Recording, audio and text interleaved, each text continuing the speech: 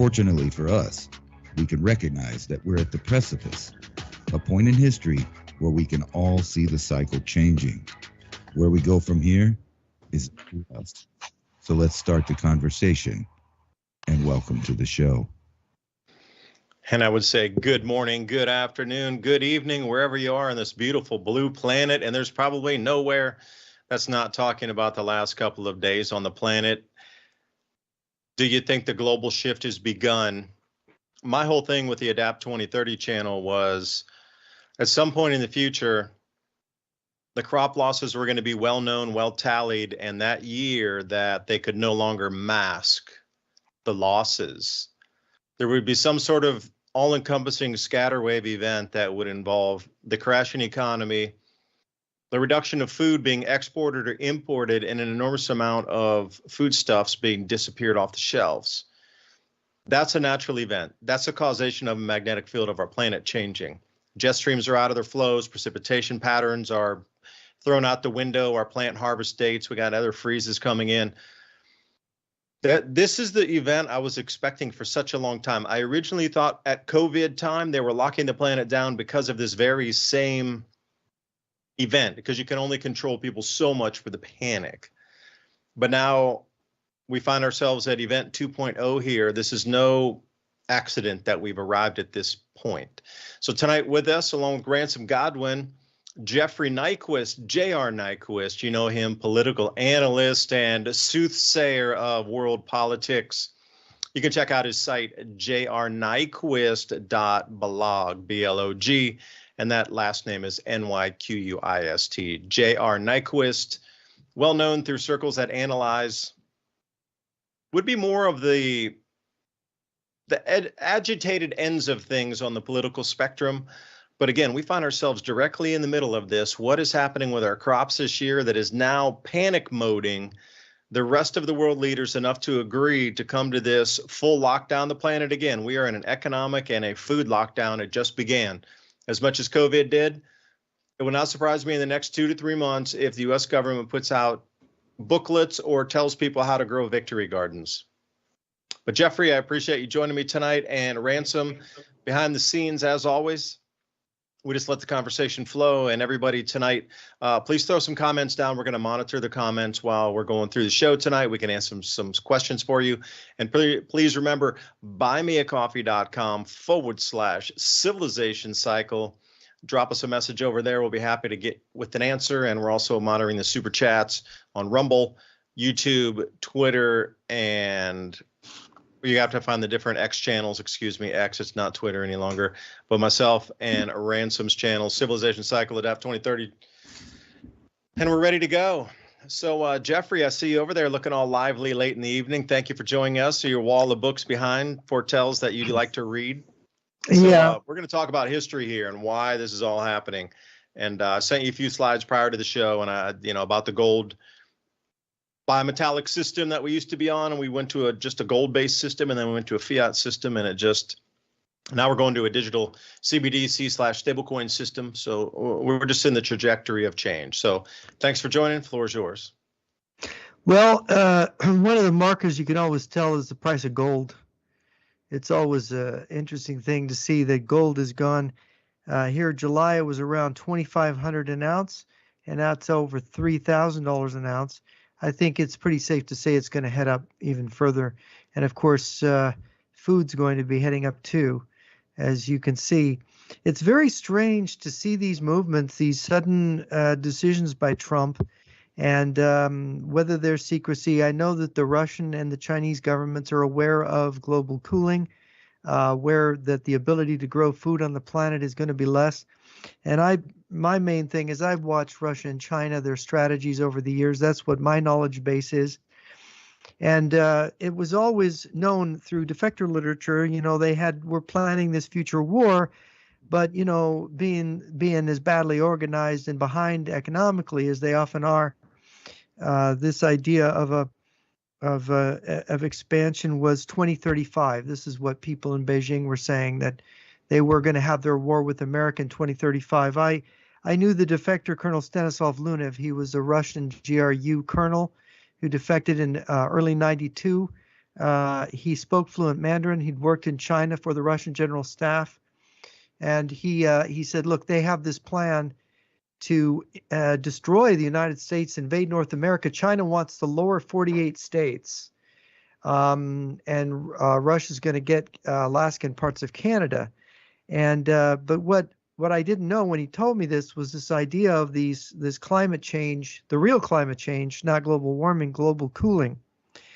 And when you see China with over 1 billion people struggling to feed their people now, and I've seen information that maybe they can feed 60% of their own people now, but they have to import a lot of food. This is a serious problem for China. And you got North America here with the lower 48 states. It looks pretty good. And there was a secret speech by General Chiao Chen, the defense minister, 23 years ago, saying that we've made a deal with the Russians for land in the north, meaning North America. We're going to take the lower 48 states and build a second China there. And it's tragic because the Americans have always been nice to us, but we have to exterminate the Americans. This secret speech of Chiao Chen was first published by Epoch Times in 2005, translated, smuggled out of China. And there's been other similar sources talking about this besides Luniv and the Chiao Chen speech. So, but what's interesting is a lot of people said this was a 2035 objective date for this.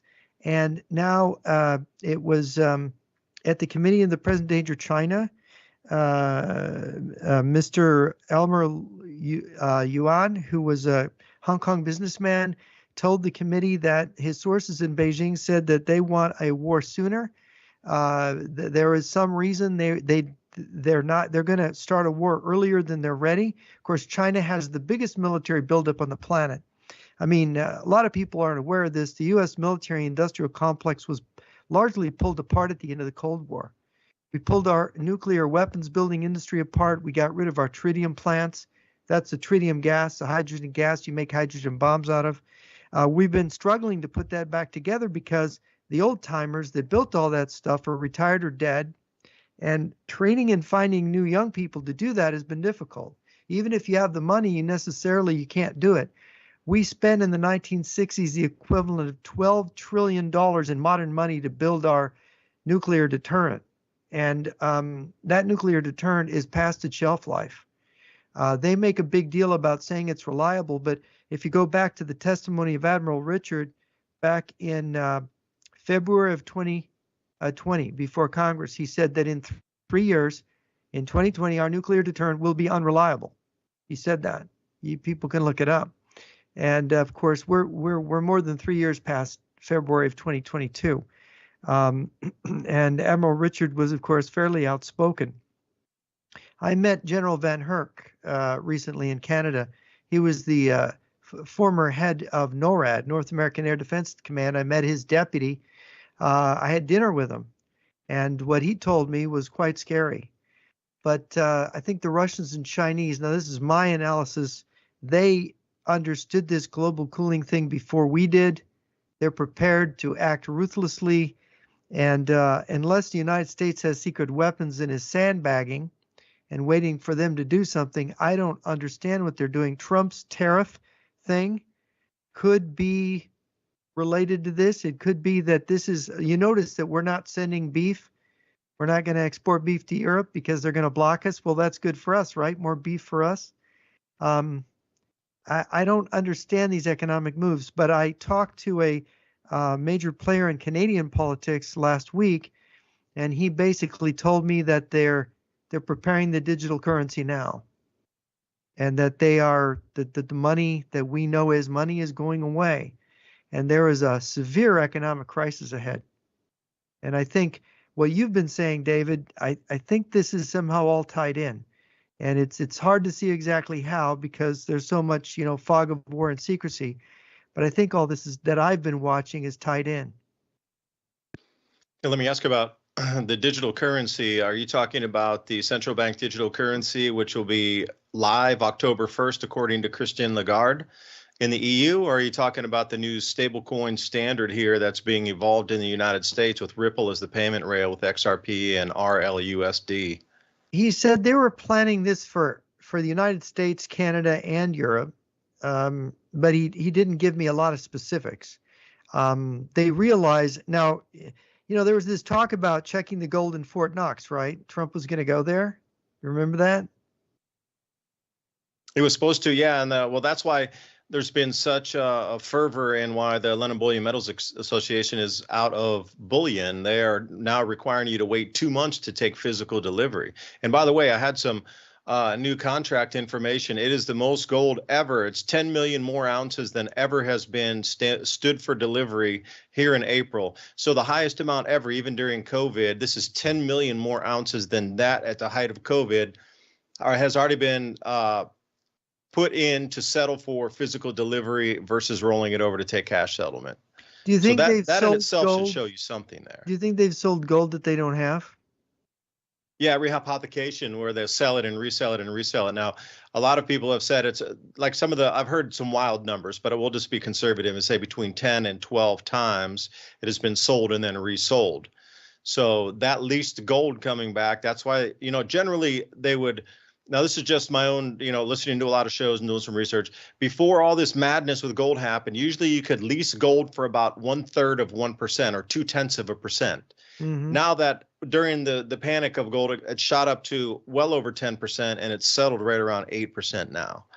So you have to do the metrics on that. It went as high as 18%. Now, you got to realize something that generally trends at 0.2 or 0.3 of 1% went to 18% along with silver to lease that, to get it in the hand, because I do believe that if they're not going to be able to deliver, the actual house of cards comes down. Because I had some numbers for you and I released this tonight in the show notes. So anybody who signed up for the Civilization Cycle show notes, please go over to civilizationcycle.com.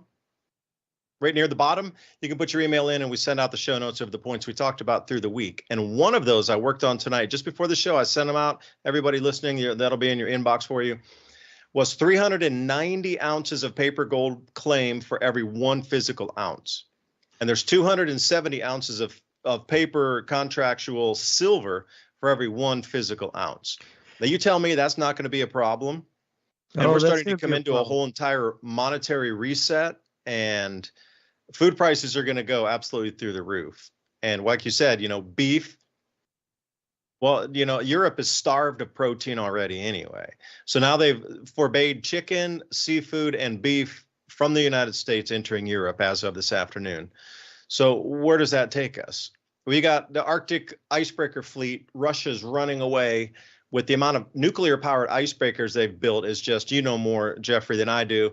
And then the Arctic fleet, like they have gone on this incredible engineering binge.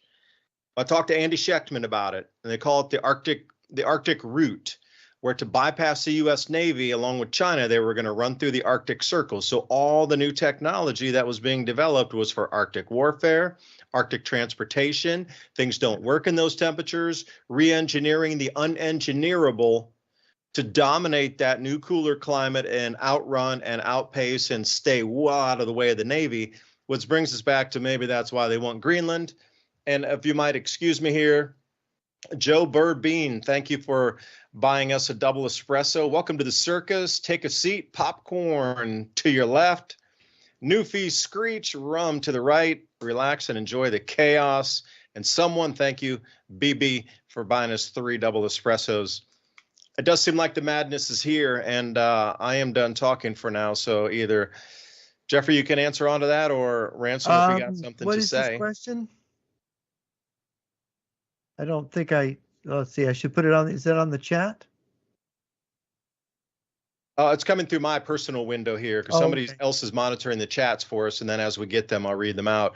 And Maudi O'Dib, where's Ransom? Ransom's in the background. I say hi, Ransom. We didn't forget you. Somebody's wanting you out there.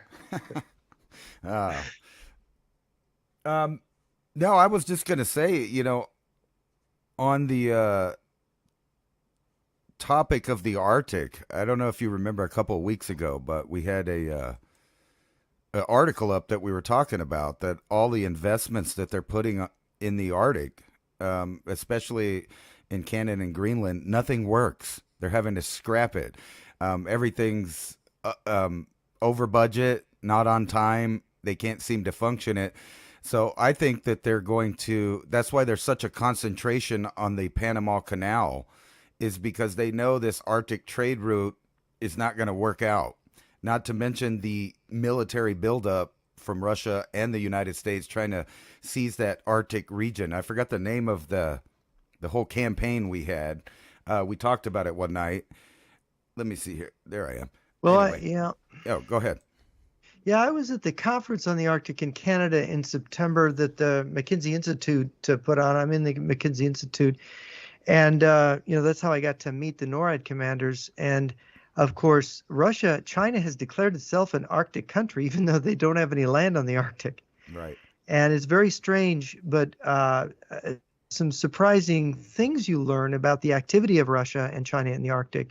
But what I understood, which kind of surprised me, was that part of the icebreaker thing is the Russians have a plan.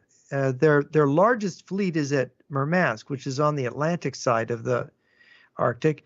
They have got a plan to move that thing through the ice and bring it into the Pacific if they need to suddenly to unite with the Chinese, which is rather interesting. It's been in the Russian press, actually, which is intriguing. And I should mention gold is over $3,100 an ounce today. So it's... I briefly touched 3,200 during Trump's talk about the tariffs. It shot straight up on a candle, wicked up above 3,200, and then dropped back down. So it's officially hit 3,200, but it didn't close there. So just put that in for reference. Yeah. So yeah, it's so the thing is that we are definitely you could call it hurricane politics. We talk about hurricanes. We talk about weather, extreme weather, but you could say it's extreme weather politics. Maybe that's what it is, hurricane politics, where suddenly alliances seem to be upended, tariffs are going up, wars are increasing. And I think that if you go back in history, you look at whatever it was that happened in the 2nd century when the Sea Peoples erupted, there was some kind of climate change then. And people moved across the Mediterranean and invaded the settled empires of the time, which were in Asia Minor, Egypt, and Mesopotamia, and they wiped out. Egypt just barely survived that episode, and we don't have detailed historical records from that period, but we have the archaeological record, which shows what's happened, and we've got literary traditions from various peoples in the area. So we also have the fall of the Roman Empire, where barbarian tribes located in the north and across Eurasia came steamrolling into Europe and hit the Roman Empire, collapsed the Western Roman Empire in the early part of the 5th century AD. And that was almost certainly precipitated by some kind of food shortages, climate change. There's been a number of books written about this, speculating about it, tree ring data and whatnot. So I think that this is more traumatic than any of those because we have 8 billion people on the planet, supposedly, but we're getting into a position where we may be able to only feed 4, 3, or 2 billion of those people on the planet.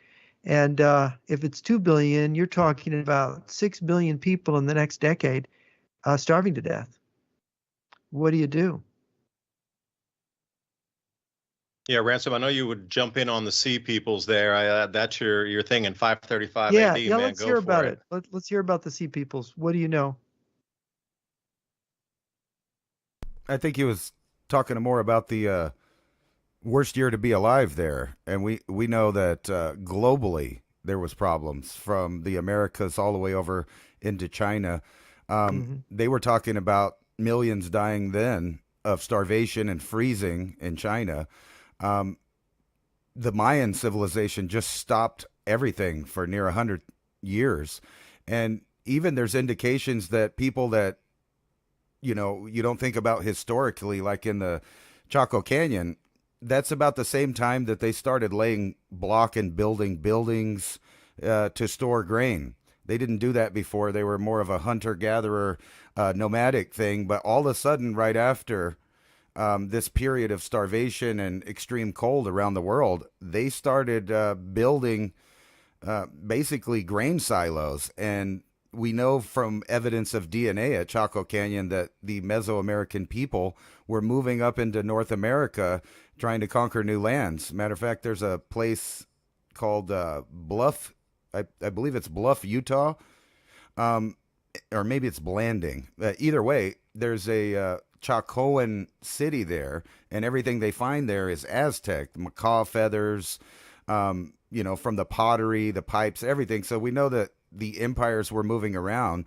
And not only that, when you go into South America, you have several civilizations disappearing right about that time, like the Paracas people. That's the same time that the Nazca moved in and basically killed them. They killed them, and then they tried to take their area, but they didn't understand the farming techniques of the people before that. So they had a real rough time after that.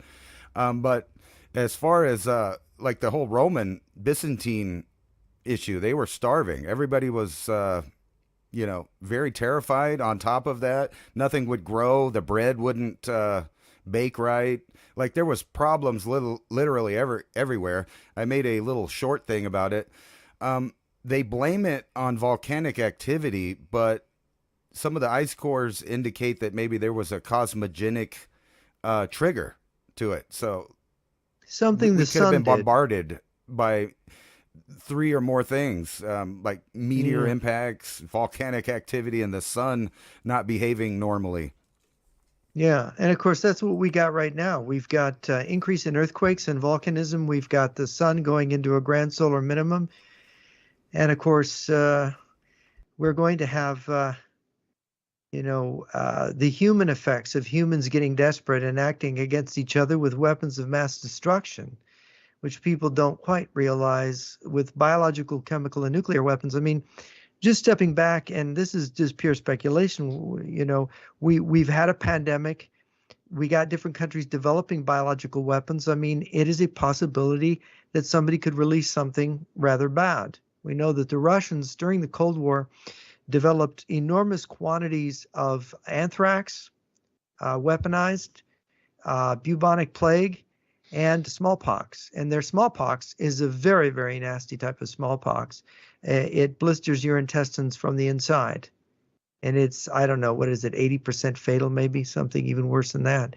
And of course, anthrax is, if you breathe it, it's 99% fatal if it's properly milled.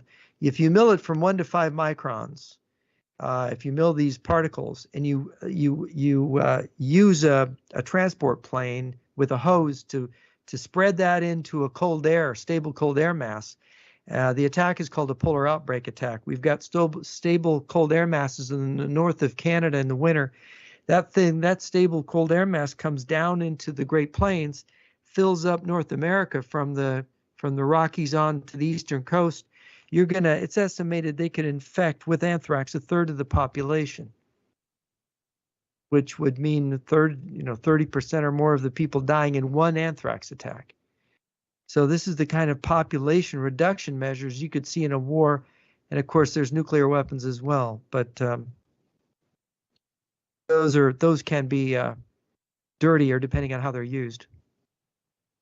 Yeah, Jeffrey, I wanted to swing back for a second because we were on something there with you're talking about Africa and Europe declining and societies just disappearing. And then, Ransom, you were talking about Central America, South America, up into what is considered Southern North America here in the American lower 48. Well, I jumped over because I'm a little familiar with Chinese dynasties and further back, because that's one thing I mapped out was the collapse of Chinese dynasties.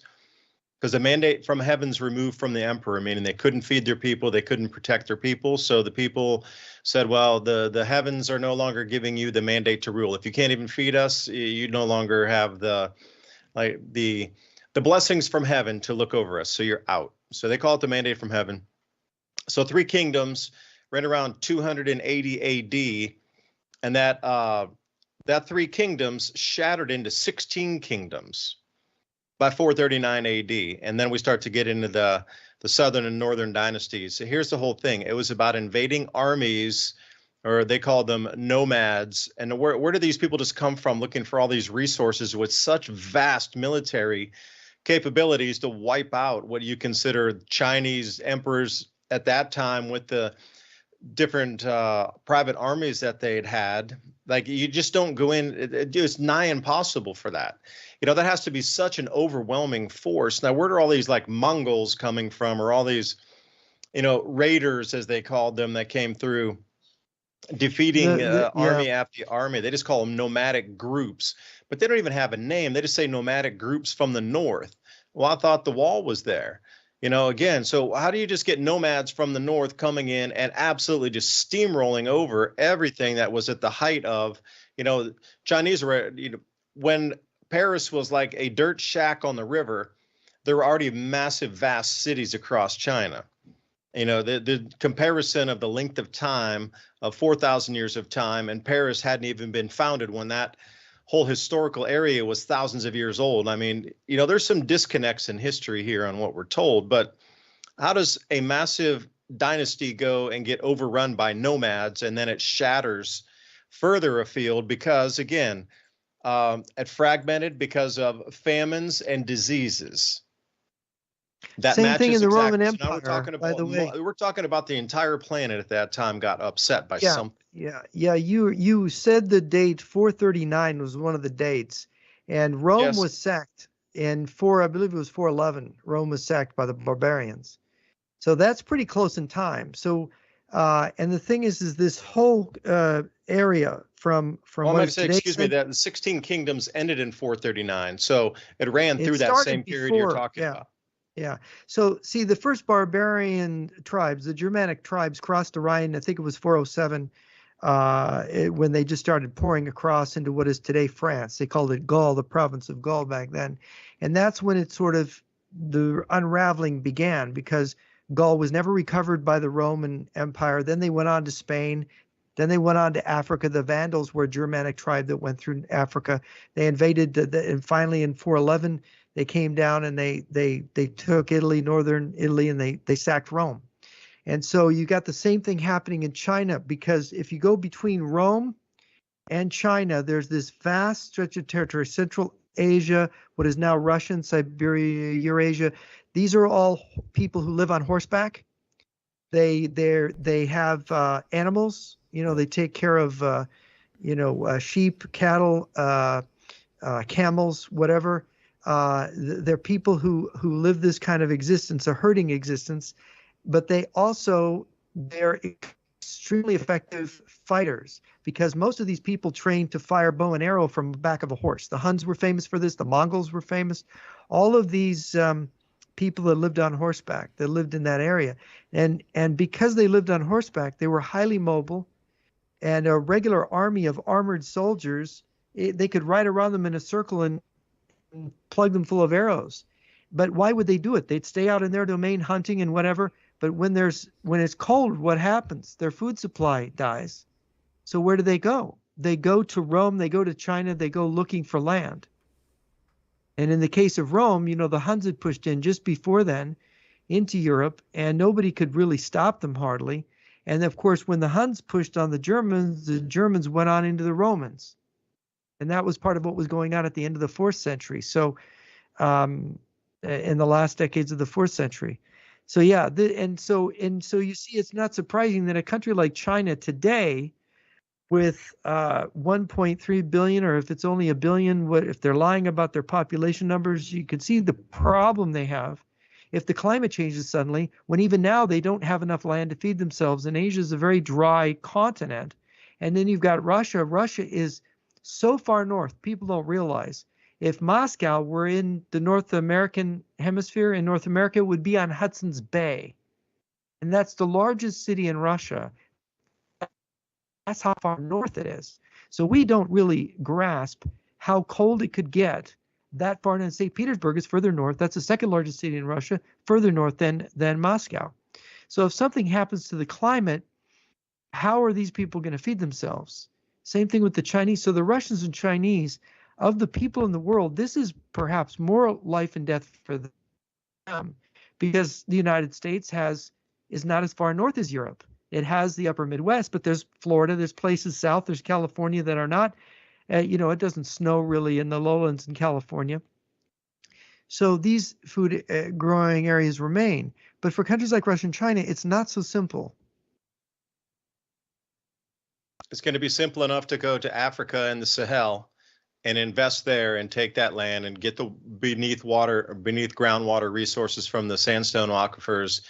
And, you see the Belt and Road Initiative. What are they doing? They're trying to grab us and take control of the ports, the rails, set up the new grow zones, and have agriculture exported to those ports, which they can then ship back under military, let's say, overseership or guardianship through that maritime string of pearls. Like they understood the North Silk Road and the South Silk Road. They got it. That's where they're going. They went to Africa to invest to have a new food growing zone. So if theirs go offline, they have another one as a backup. And then there's the involvement in Brazil and South America and Central America. People, probably this General Laura Richardson, the commander of Southern Command 3 years ago, made a statement. She said, Russia and China are moving into our hemisphere and they're taking over Latin America. And she just said this matter of factly. She said China's the leader in doing it, but Russia's doing it too. And of course, if what you're saying is true, and I think it is, that we're headed for this cooling, it's going to be the growing areas are going to be closer to the equator. The food production in Brazil, places like Colombia and Central America are going to be more important because the food growing areas, the big grain growing areas in the northern countries is going to be shut down. And so if Russia and China are moving into that and also into Africa, I talked the week before last to an African analyst at the Hudson Institute, and she told me about how Russia and China were moving in, and it's not, again, it's the same kind of deal. It's a kind of very quiet imperialism where they infiltrate local political groups. They win over elites, and they use their agent networks, and they use a scissor strategy where they have two sides fighting against each other, and they end up pushing. They got the biggest American military base that we built. I think it's in Mali, if I'm remembering what she said right. And she said they played this game and they got us kicked out of that base. There's a junta there now, and then they're doing the same thing to the French bases. And who's moving in? It's the Russian mercenary group that Prigozhin had led. It's the Belt and Road Initiative, the Chinese, as you say. The Chinese have been immigrating into Africa. If you talk to Africans down there, they'll talk about the Chinese workers being People's Liberation Army reservists who can put on uniforms. And you're talking about hundreds of thousands of Chinese troops actually able to be mobilized in the sub-Saharan African countries. This kind of shocked me when I heard it. I heard this 4 years ago from an African from Cameroon. And he said in the neighboring country, he has a friend and he says there's Chinese soldiers all over the country.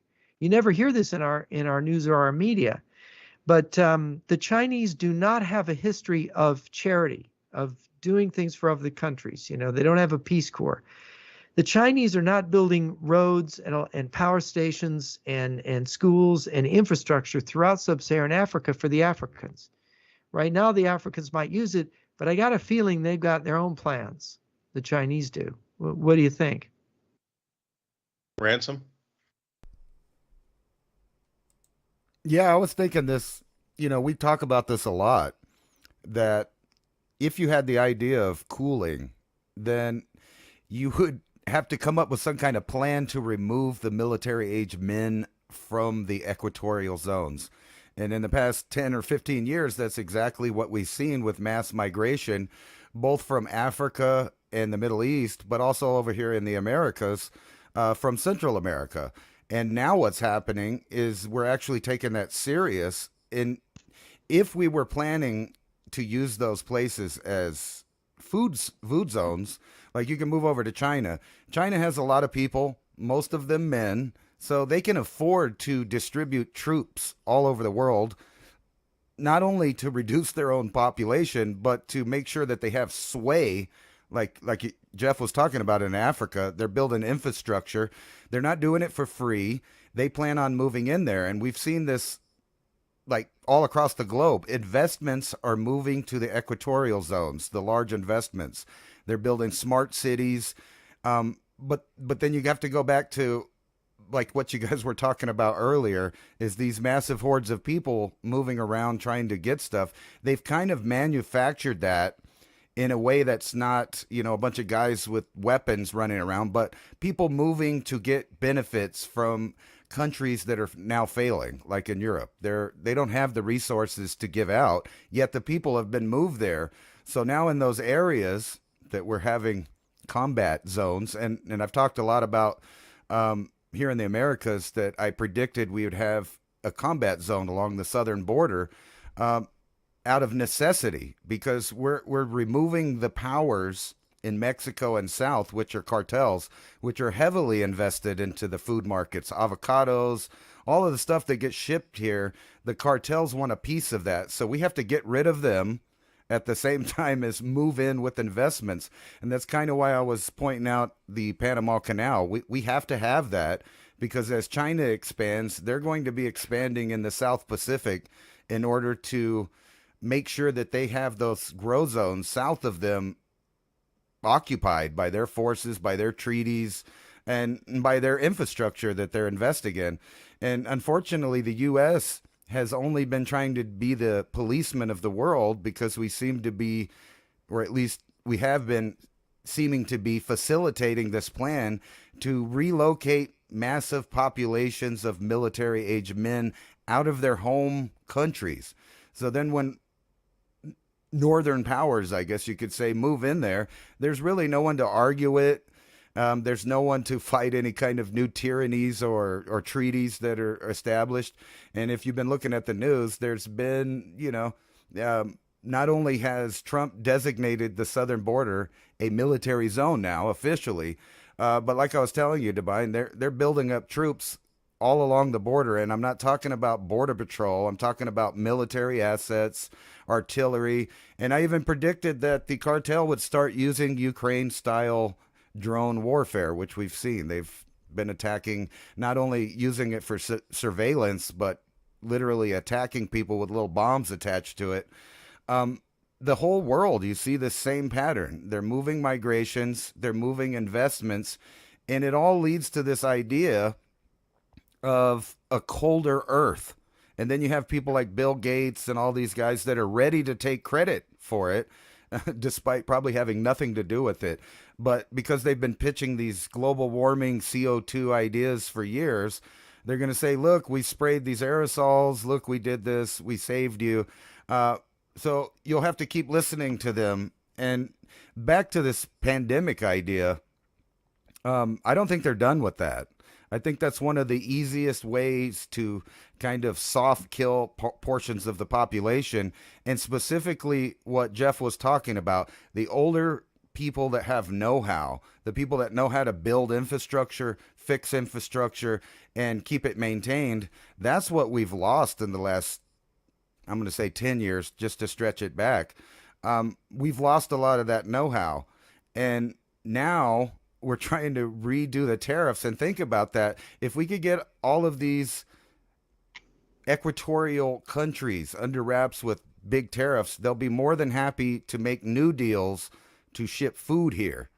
And we're not going to be shipping food out. I don't think China is going to be shipping food to anywhere because they need it now. They're in a spot where they can afford to have a kinetic war and lose lots of men, and at home still have more of a stable thing going on in China if they can secure food imports. I'll take Jeffrey, can I just jump in? And I want to say thank you, Tucson, for buying us 20 double espressos. Yeah, we're going to keep it rocking into the evening. Please throw us a couple questions there, Tucson. I'll be happy to answer them for you.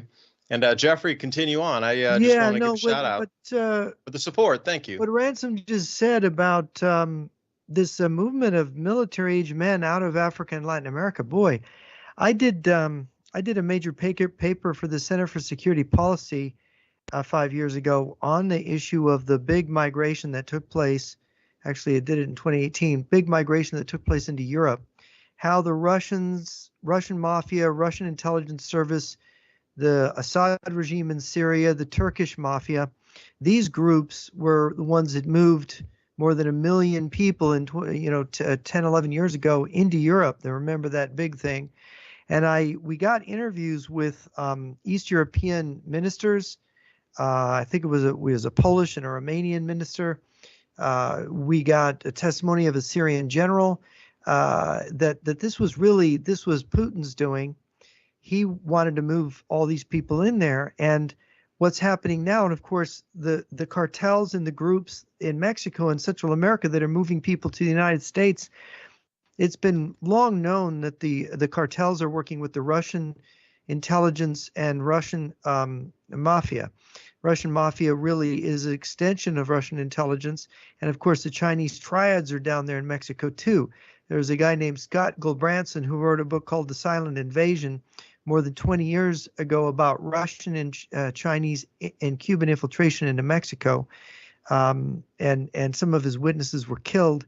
But what it's funny you mentioned that, because now, of course, Lee Wheelbarger has developed this system for tracking what the Russians are doing militarily.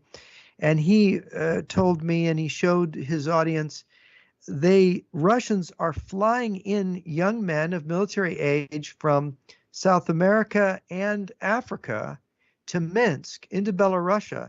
And they've got all these satellite training camps. And he says they're graduating 10,000 a week from these training camps. And these are not Russians. These are people from Africa and Latin America.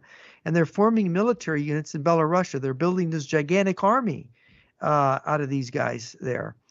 And so that just adds to what you're saying about military age men coming into Europe. They're coming into Russia as well.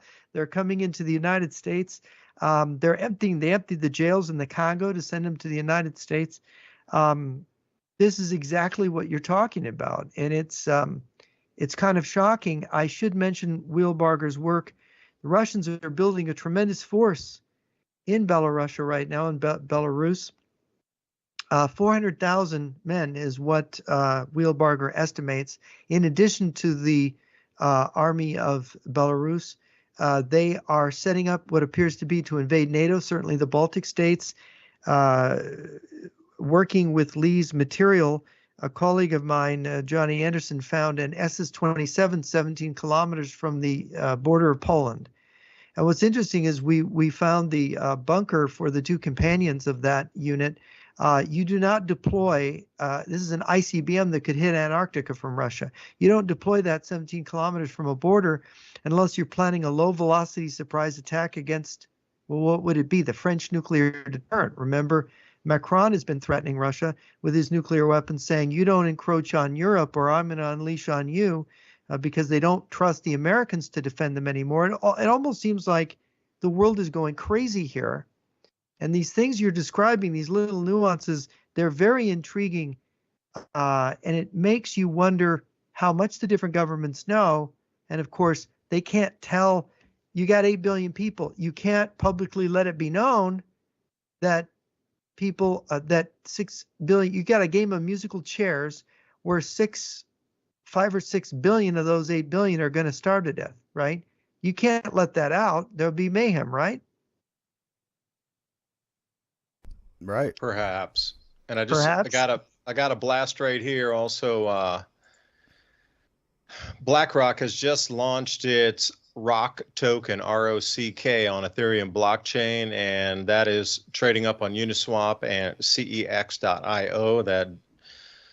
So now we have something that's very much out. Now we have corporate stablecoin issuance that's going to be some of the largest on the planet to rival any government. So where does that sit with you in terms of like individual corporations that are involved in the funding and the pushing of this conflict that you're seeing? It seems that nobody wants it to stop.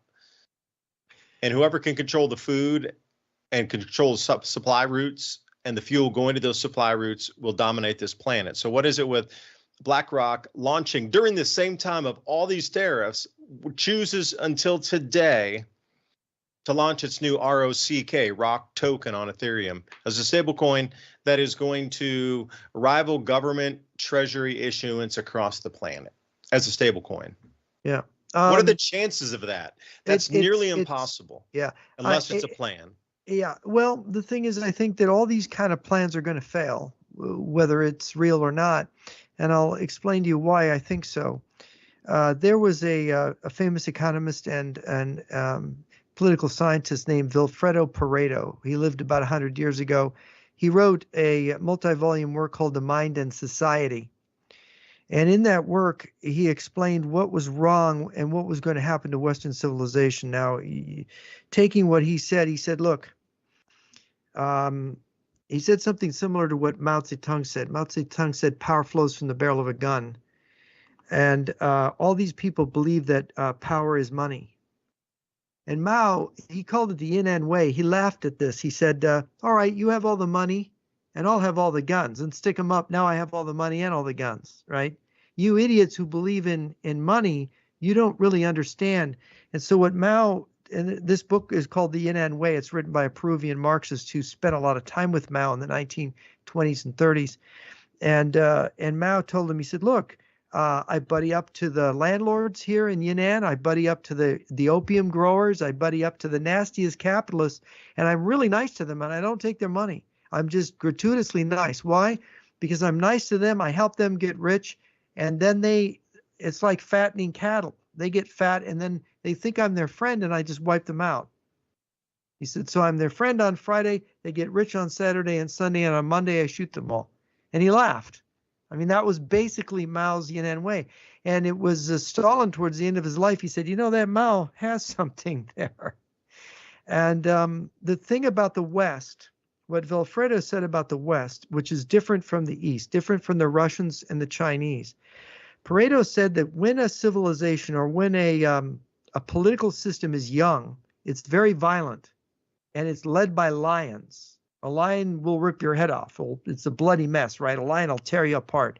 Look at Stalin. Stalin murdered a lot of people. Mao murdered a lot of people. Everything is born in blood when you have a new dispensation in an empire like Russia or China. The West, he said, is very old. He said that what happens when an elite, you start out with a warrior elite, because you look at Europe 400 or 500 years ago, it was aristocracy.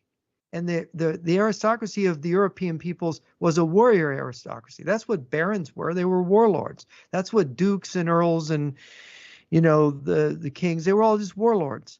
Well, what happened to them?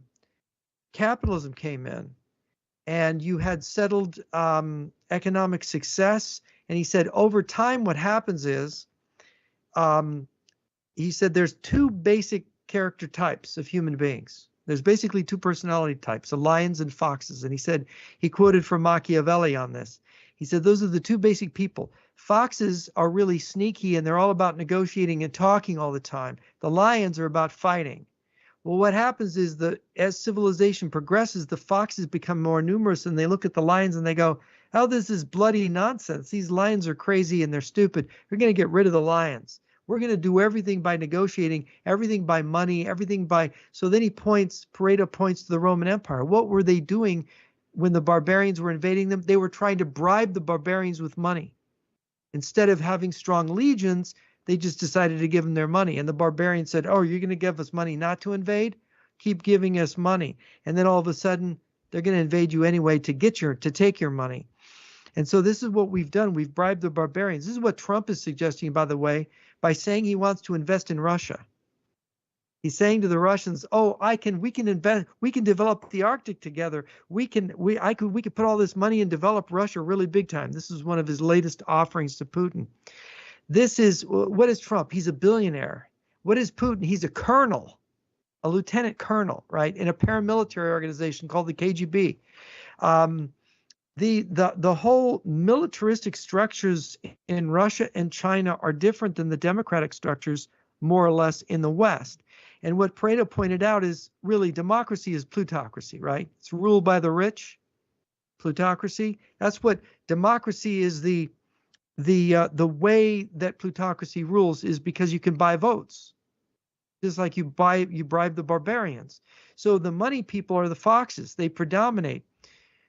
We do not have lions anymore in the West. So what Pareto said is, like with the Roman Empire, the civilization of foxes gets devoured by the barbarians who are led by lions.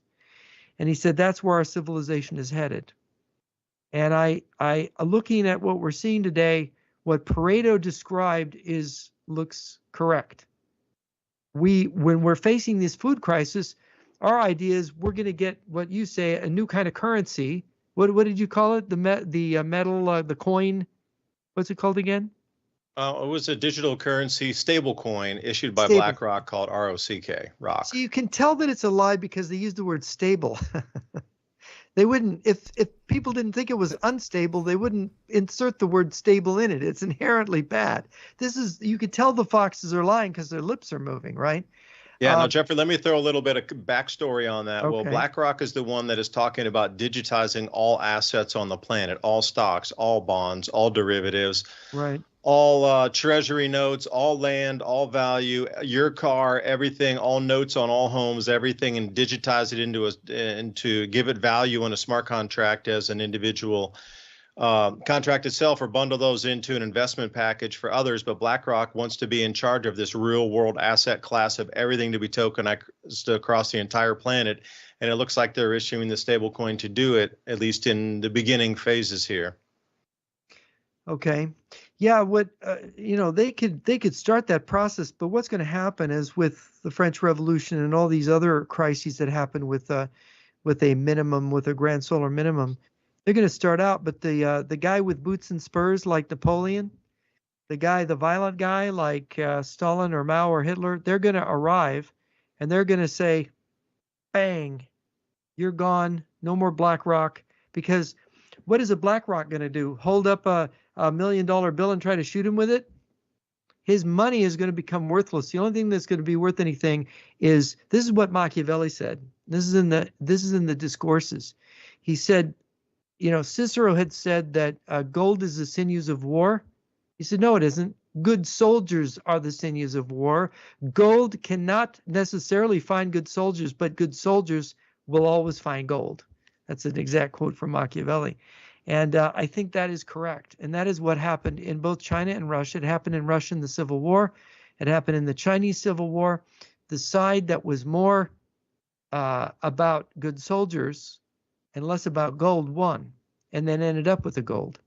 And I think this is the idea that the Russian and the Chinese leadership have going forward. So if you have the Western elite, they're trying to finesse and manipulate everything with money. That's not what is going to end up happening. You're going to have a return of some kind of warrior elite in the West if the West is not overcome by the East. That's the way I read it. And there's also the analysis of the cultural historian Jacob Burckhardt had a similar way to analyze what was going to happen. He said that there's three factors in civilization. They are the church, the state, and the culture. And he said they need to be in balance to have a healthy culture. But he said if the state is too strong, it tyrannizes. It becomes like the Soviet Union. It becomes like the late Roman Empire. It becomes a tyrannical form of state. He said, but if the church is too strong, you have a theocracy where everything gets trampled down by religious dogma. And then he said the other one is culture. Well, if culture is too strong, you develop plutocracy. Money colonizes everything. The government just becomes an extension of the money power, and it's all about helping the corporations get richer. And the government's function, just like the church's function is to spiritualize society, the government's function is to protect it. And he said, what's going to happen to the West? This is what he implied in his lecture notes.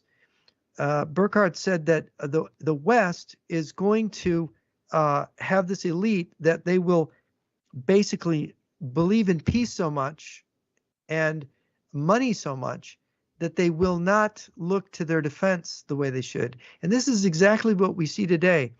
I don't know if you saw the interview. Andrei Illarionov, a former advisor of Putin, gave an excellent presentation. And he said, look, people laugh at the Russians because their economy is the size of Italy's.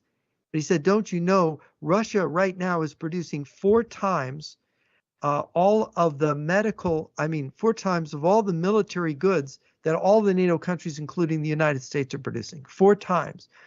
Russia has mobilized its entire economy around war, and Europe and the United States are struggling to build enough arm plants to build enough ammunition for Ukraine. They can't manage it. And then there's China added to Russia and North Korea. North Korea sent more shells, twice as many shells to Russia to use as we sent to Ukraine in this war. Jeffrey, we're going to need to take a break here. We've been with J.R. Nyquist talking all things global that we've seen in the last few days. How does this really affect you, your lives, your families, and how is it going to affect all of us moving forward? We'll be right back after this short break, 2 minutes, 2 seconds. And also, we're going to be taking David Stig Hansen and his cameraman contained in Mauritania. Lost contact with them. Listen to Revolution Radio at freedomslips.com, and we'll be right back after this message.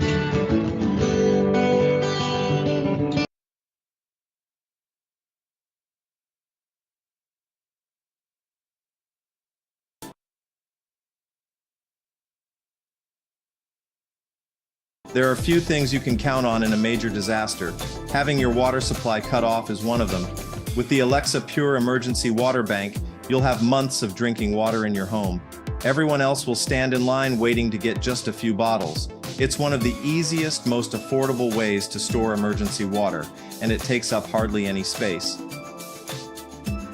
The Alexa Pure Emergency Water Bank includes 1 BPA-free liner, comes with a siphon pump for extracting water, provides easy-to-follow instructions, fits just about any bathtub, large or small, fills quickly in 30 minutes or less, holds up to 65 gallons of water, and keeps water fresh for up to 16 weeks, holds about 2 months of water for one person. A person can generally survive without water for about 3 days. However, the exact amount of time depends on many factors, including age, activity level, and overall health. Don't gamble with your life and well-being. Being prepared is easier than ever with Civilization Cycle and Alexa Pure.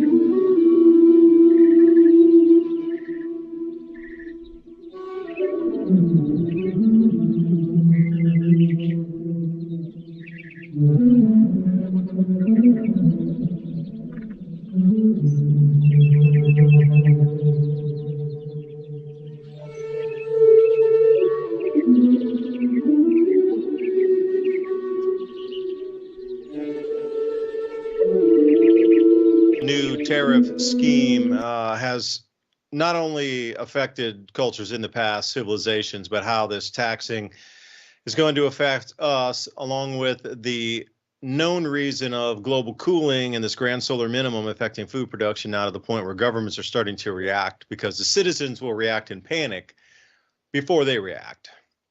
And also, just before the break, I had been talking with David Stig Hansen as he was going off to Mauritania to go to the Rakat structure for his 4th time. But they were going to visit north of the Rakat structure, where he believed there was megalithic and ancient quarrying going on, and also prehistoric ritual sites.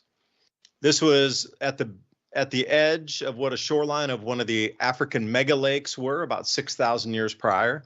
And he believed that he found a port up there, and there, as any good port close to it, the mining and that sort of thing to put that on for transport would have been as close to that distribution point as possible. And also these different sites that seemed similar to underwater archaeological ruins with the same shape and approximate dimensions off of eastern India, not western Dwarka, but off of East India near Puri. And also in the channel between China and Taiwan, there was another submerged temple in about 200 feet of water that had the same similar constructs to it. So he believed that he found one that was above water there, and they were going out to explore that. They've disappeared. I was in contact with Stig for a while when they first got there. He told me they were held in the airport, some sort of quote unquote visa mix up, that they accused them for having the wrong kind of visa, even though they were allowed on the airplane to get there. When they got there, they were detained.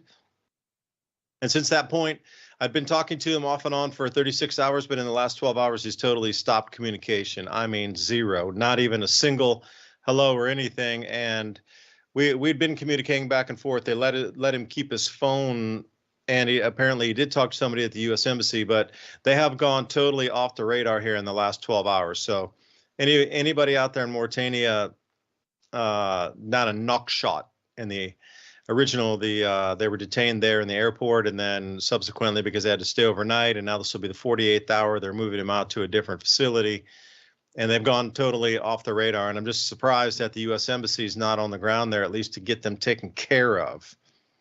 So anyway, that was the latest update with David Stig Hansen and cameraman that are over there, and seem 2 Americans have disappeared, or at least are still detained. And thank you for asking about the latest updates, because I wanted to bring that to you. And if I hear anything else, and I've sent 4 messages about 1 an hour, and I still haven't heard a single thing back. From constant communication to zero, that something's changed. Something's definitely changed. So leave it there, and we're coming back on the 2nd hour, Revolution Radio. Thank you for letting us bring this information out. And if you consider free speech, consider giving a donation right here to Revolution Radio to keep the station on air, so we can broadcast thoughts, ideas, and conversations just like this as our world gets more and more constricted, especially now they want to fine Elon Musk $1 billion because of misinformation. Well, most of what's conveyed across X is true. It's going against the constant narrative. So what's truly information, misinformation, and what is? It should be just information. You determine what it is or isn't. So anyway, Jeffrey, appreciate you joining back. And Ransom, I was going to leave you off with that last comment there, what Jeff was talking about, but we went to the break. So I don't know if you had a chance to respond or wanted to respond to that. About soldiers in gold, and good soldiers find gold anyway, and about that whole paying and getting lazy type of mentality that we're experiencing here across the West in the plutocracy era, this chapter we're in right now. Well, it's funny you say that, because I was going to show you guys this article. Army planners are weighing force reductions up to 90,000 active duty soldiers. Now, I would bet money that the specific people that they're trying to remove are those foxes that you're talking about, are only there for gold. And I think our military knows we have a real problem kind of with this, that the majority of the volunteer forces right now were in it for grants, to help them with college, to help them with, to buy a house. I don't think most of them were really anticipating having to go out in the world and be lions. However, now that being said, I want you guys to remember, in comparison to the army that he was talking about being built over there, using people from the equatorial bands, or, Northern Africa, Middle East, South America, Central America, we just rewrote our draft document. So now we have an ace in the hole. I don't know what the estimates are now, but I remember around 2010, it was agreed upon by a lot of people that there were 20 million illegal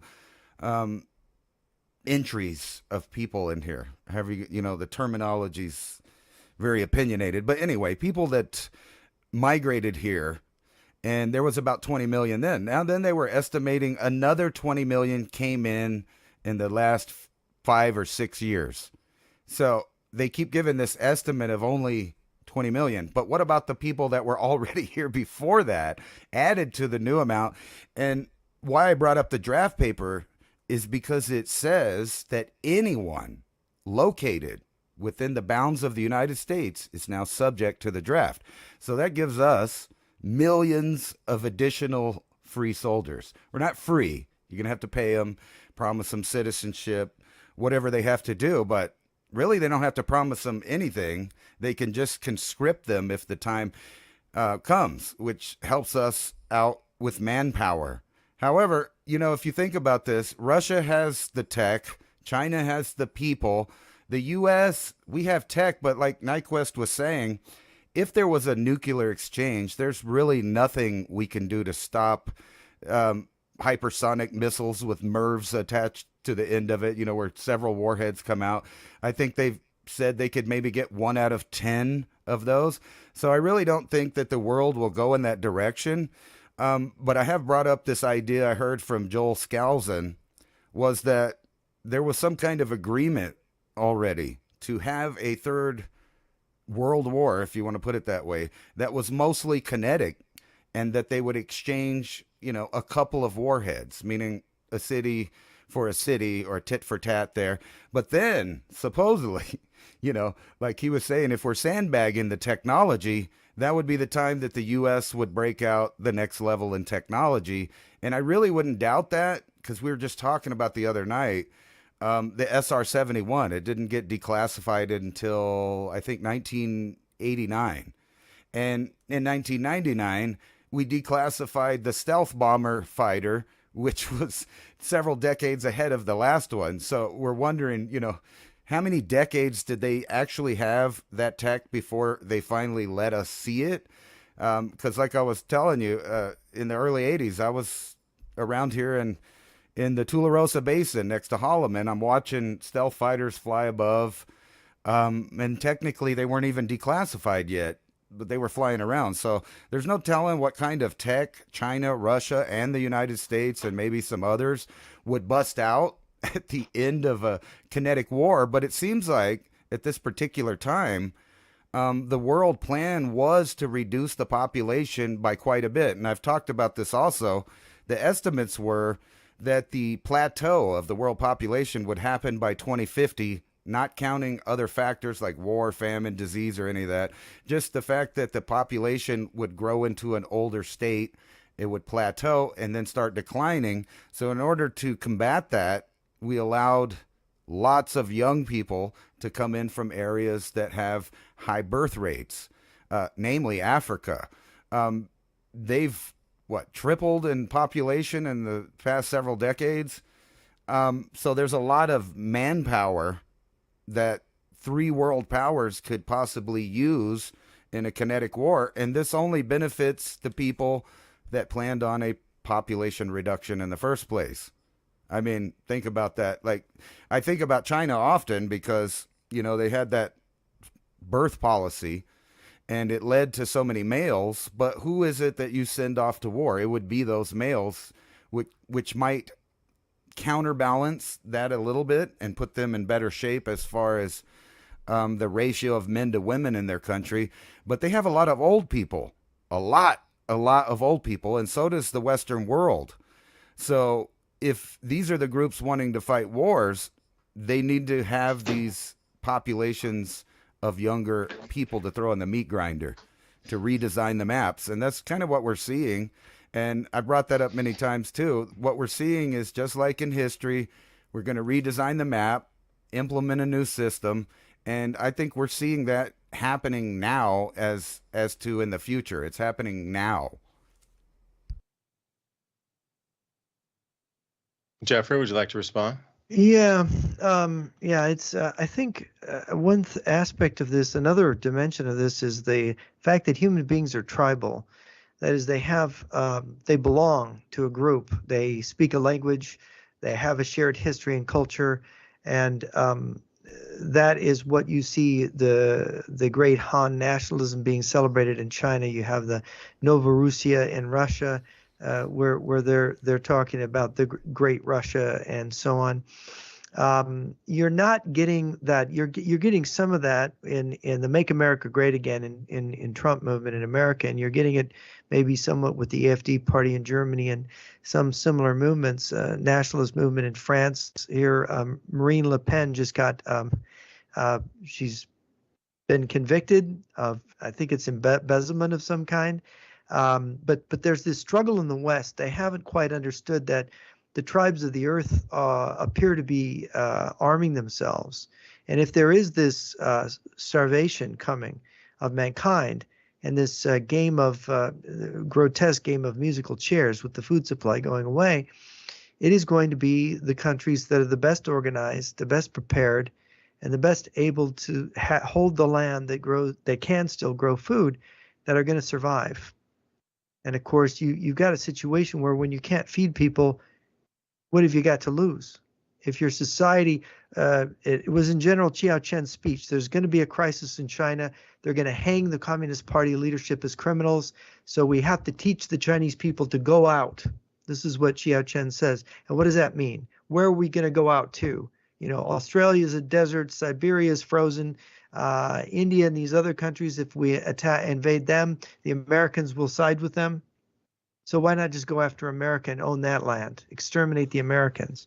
This is sort of the tenor of the Chiao Chen speech. So I think we have to realize that this nationalism and the rise of nationalism, and we're seeing it, it's almost instinctively happening across the globe. Well, would that be more with these tariffs, would that be more, there's going to be an instant shut off of global ag commodities, and they shall be grown in the continents they're grown in, and they shall stay in the continents they stay in. Is this just an excuse for us to cut off everything on a globalized level and start to, reshrink down into continental level? Will this give us a greater chance for survival if continents keep their resources amongst those citizens, like you say, the tribal, citizens of the continent, versus trying to ship it over oceans and trying to stabilize and equalize everything? Because a lot of the commercial grain crops are grown across the planet on all continents. So it's not as if one is going to have zero wheat. It's not going to be, you're not going to have zero soybean. It's grown everywhere. So is this just not another ploy, at least in my mind, to, like I say, batten down the hatches? We keep all the ag production within the continents, and that'll possibly give a leg up to those on those continents to survive. But it comes back into that tribalism as well, because when people get hungry, they are going to be absolutely ferocious that you are now sending part of the American wheat, sorghum, buckwheat, millet, corn, soy, rice crop to another country when prices are running away, doubling and tripling, or there's shortages in the stores. Like sending that overseas is going to be that's going to be a non-starter for many. And at that point, you're rolling right back into the tribalism. But at this time, it's going to be a little bit larger, and perhaps it'll be focusing around food. That'll be the catalyst, the flint strike of the spark that sets it off. Or am I too far off base with that? Yeah, no, the food sets it off. I think that there is human beings. We talk about bees and ants having a hive mind. But there is something like it among human beings and as social animals. You've got Gustave Le Bon wrote the book The Crowd, and there is a kind of and he talked about certain ideas spreading like a pandemic throughout, ideas spreading like a pandemic that infect a crowd of people. And he didn't mean a crowd that is just people standing around together in a town square. He meant the psychological crowd. And I think we see that with these big political movements in the 20th century and here now in the 21st. And I think what food is going to do is it's going to catalyze it. Remember, before the Nazis, this is an important point. Before Nazi Germany, the Nazis, National Socialists were this ultra-nationalist movement in Germany. What was one of the things that Hitler and the Nazis were talking about? During World War I, Germany suffered a blockade from the British Navy where they were starving. For most of World War I, the Germans were starving, and they were, even during the Versailles Treaty negotiation, it is said that 800 to 900,000 German children died of malnutrition in Germany because they maintained the blockade during the peace talks after the fighting actually stopped on 1918. So that was a very bitter memory, that memory of starving. So when Hitler talked about Lebensraum, living space, he was talking about the land needed to grow enough food so that Germany wouldn't starve again. That's what he was really talking about. So when a people is traumatized by starvation, and the Germans really were traumatized, it has this effect on them. They become ruthless. And China has within living memory starved. They were starving in the 1960s. After the Great Leap Forward and the Cultural Revolution, China was starving. When I was a child, so then you have somebody like General Chiao Chen saying, we need to teach the Chinese people to go out.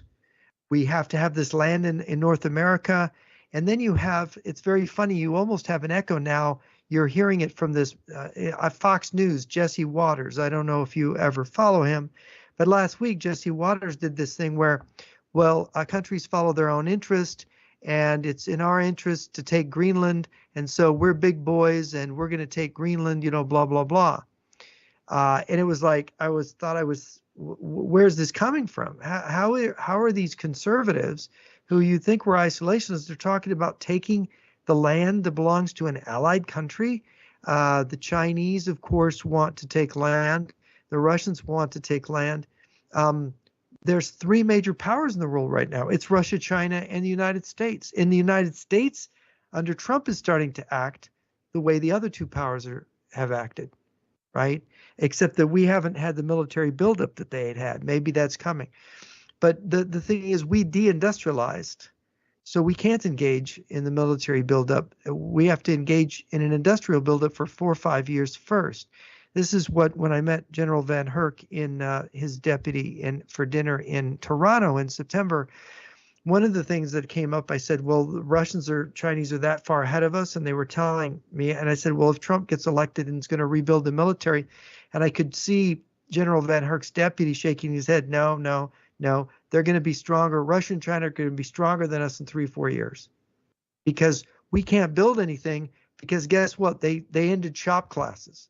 We didn't teach kids welding, and there wasn't wood shop, and there wasn't electric shop, and there wasn't a metal shop, and they didn't get the education. So right now we need 100,000 industrial workers, and nobody's trained. Industrial arts were gotten rid of from our education. Robots. Robotization, yeah. Robotization, yeah. Not robotism, but power. Robotization. Yeah, if you could supply the power. Yeah, I know they're talking about that, but still, you've got all these people, and are you going to feed them for not doing any work? How do you train them? And yeah, the war thing really looms large, I think. And when you're seeing this harsh kind of rhetoric coming out of the MAGA movement, coming from Fox News, coming from people who are otherwise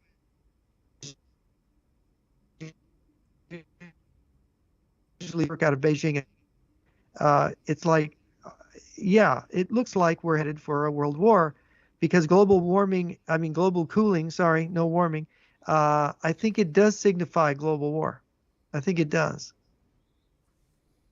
I mean, that's just would be the ABCs of political sociology. That's how we got World War II and Hitler. It was the fact the Germans starved in World War I. They didn't want to live that way. They didn't want to face that again. And the whole world now is facing something that's really horrific. I don't know, David, what you think in 10 years, how many billions can be fed in 10 years? You've been studying this more than me. What is your estimate?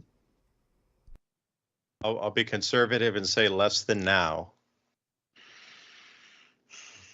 As a politically correct answer for the moment.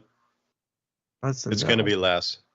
The book, the End of Abundance. What is it? It's the Was that David Archibald? Yeah. David Archibald. Twilight of book, Abundance. Twilight of Abundance. He gives it as less than 3 point something billion people will be able to be fed when this happens. And after talking to, right. And again, it depends. If there's a lot of other factors too. I mean, it depends on what type of magnetic field shift is really going on, or magnetic. I should say depletion. It's not shifting; it's depleting, and that's it. If you take Svensmark's work, and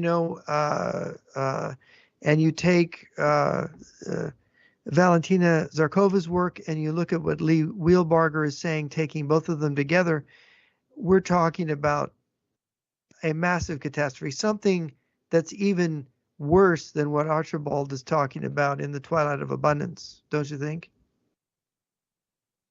Well, Ransom, can you respond to that? Because I know you also have a lot of thoughts, but I really believe we are stepping off into the next ice age. Now, don't get me wrong, it's not going to happen in like 2 years, so we're going to have miles of ice over our head. But if we look at the interglacial period as we step off here, there's the last success of what you understand is the Little Ice Age, classic Little Ice Age, 1640. That next step, cooling, is going to be cooler than that. And it doesn't look like, at least with the length that we've been in this warm period, which is 2,000 years on average longer than the last, say, 20 to 22 of these interglacials going back millions of years. This is 2,000 years longer than any of those in the last 20. So just with if you're looking at numerology, or if you're just looking at how mathematics works, being that far past it, maybe it's some sort of technological construct that we're really that far ahead that we can extend interglacials. But I mean, at some point, nature's more powerful. The Birkeland current system powering this spiral arm of the galaxy, including our sun, is much more powerful than that. So when we step down, we are stepping into an extended cooling period, and it will successively step off cooler and cooler and cooler. Like the days of warmth that we understand in this interglacial, I do believe have come and are coming to an end. This would be that event, catastrophe, whatever you like to call it, that all hands on deck. Something has drastically changed where this world is going to continue to shrink food production, and whoever controls whatever mechanization and industrialization left and transportation is going to be in charge of that, of a shrinking world, a shrinking economy, and a shrinking population. Because if you look through the last ice age periods, what we have currently shrinks tremendously down to less than 1 billion people.